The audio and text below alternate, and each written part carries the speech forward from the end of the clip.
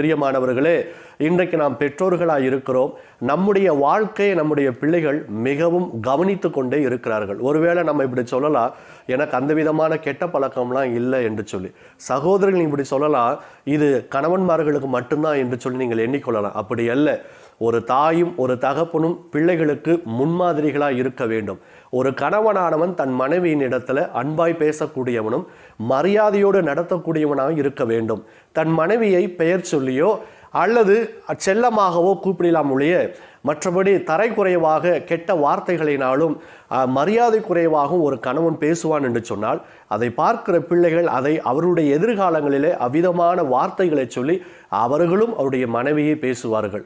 மனைவிமார்கள் புருஷர்களை மரியாதை குறைவாக பேசுவார்கள் என்று சொன்னால், நடந்து கொள்வார்கள் என்று சொன்னால், அதையே பிள்ளைகளும் எதிர்காலங்களில் அவருடைய கணவரை அவர்கள் மரியாதை குறைவாக அவர்கள் நடந்து கொள்வார்கள். ஆகவே பிள்ளைகளுக்கு நாம் முன்மாதிரியான பெற்றோர்களாக இருக்க வேண்டியது அவசியமாக இருக்கிறது. அது மாத்திரமல்ல, நாம் வாழுகிற பகுதியிலும் நல்ல ஒரு கணவன் மனைவியாக முன்மாதிரியாக வாழ வேண்டியது அவசியமாக இருக்கிறது. வேதம் அது நமக்கு சொல்லுகிறது. அதோடு மாத்திரமல்ல, சபையில் நாம் விசுவாசிகளாக இருப்போம் என்று சொன்னால் அநேக விசுவாசிகளுக்கும் ஊழியக்காரருக்கு முன்பதாகவும் முன்மாதிரிகளாய் நாம் இருக்க வேண்டும். இந்த உலகத்திற்கு நாம் முன்மாதிரிகளாக இருக்க வேண்டும். வேலை செய்கிற இடங்களிலும் கூட நாம் முன்மாதிரிகளாக இருக்கணும். லஞ்சம் வாங்காதபடிக்கு, பொய் பேசாதபடிக்கு, வேலையை கொடுத்த பொறுப்பை அதை சரியாய் நேர்த்தியாய் செய்து முடிக்கக்கூடியவர்களாயும் மாதிரிகளாய் நாம் இருக்க வேண்டும். வேதாகமத்தில் பாருங்க, இயேசு கிறிஸ்து நமக்கு ஒரு நல்ல மாதிரியாக இருக்கிறார். அவரும் சொல்லுகிறார், நான் உங்களுக்கு ஒரு மாதிரியை வைத்து போகிறேன் என்று கர்த்தர் சொல்லுகிறார்.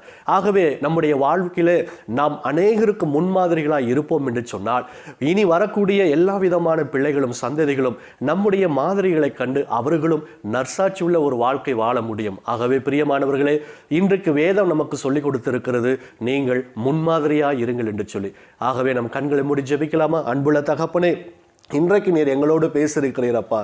நாங்கள் எங்கள் பிள்ளைகளுக்கு முன்பதாக, ஆண்டவரே சபையில், ஆண்டவரே போதகருக்கு முன்பதாக, விசுவாசிகளுக்கு முன்பதாக, நாங்கள் வாழுகிற பகுதிக்கு முன்பதாக, இந்த உலகத்திற்கு ஆண்டவர் முன்பதாக நாங்கள் முன்மாதிரிகளாய் ஜீவிக்க வேண்டும் என்பதை நீர் கற்றுக் கொடுத்திருக்கிறீர். இதை நாங்கள் கையாள அபியாசப்படுத்த என் தேவன் நீர் எங்களுக்கு உதவி செய்தருள்வீராக. கேட்ட ஒவ்வொருவரையும் கர்த்தர் நீர் ஆசீர்வதிப்பீராக. இயேசு கிறிஸ்துவின் நாமத்தில் பிதாவே, ஆமென். பிரியமானவர்களே, இன்றைக்கு கேள்வி நேரத்திற்குள்ளாய் நாம் வந்திருக்கிறோம். இந்த நாளிலும் கூட நான் ஒரு வசனத்தை வாசிக்கிறேன். இது புதிய ஏற்பாட்டின் புஸ்தகத்தில் நிருபத்தில் இந்த வசனம் உள்ளது. இது எந்த அதிகாரம், அந்த அதிகாரத்துடைய எண்ணையும் அந்த வசனத்துடைய எண்ணையும் நீங்கள் கமெண்ட்ஸில் அனுப்புங்க. கர்த்தர் உங்களை ஆஸ்வதிப்பார். நான் வாசிக்கிறேன்.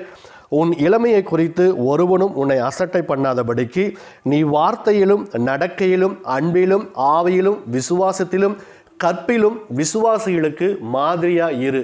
இந்த வசனத்துடைய எண்ணையும் அதிகாரத்துடைய எண்ணையும் நீங்கள் கமெண்ட்ஸில் அனுப்புங்க. கர்த்தர் உங்களை வழி நடத்துவாராக. ஆமென்.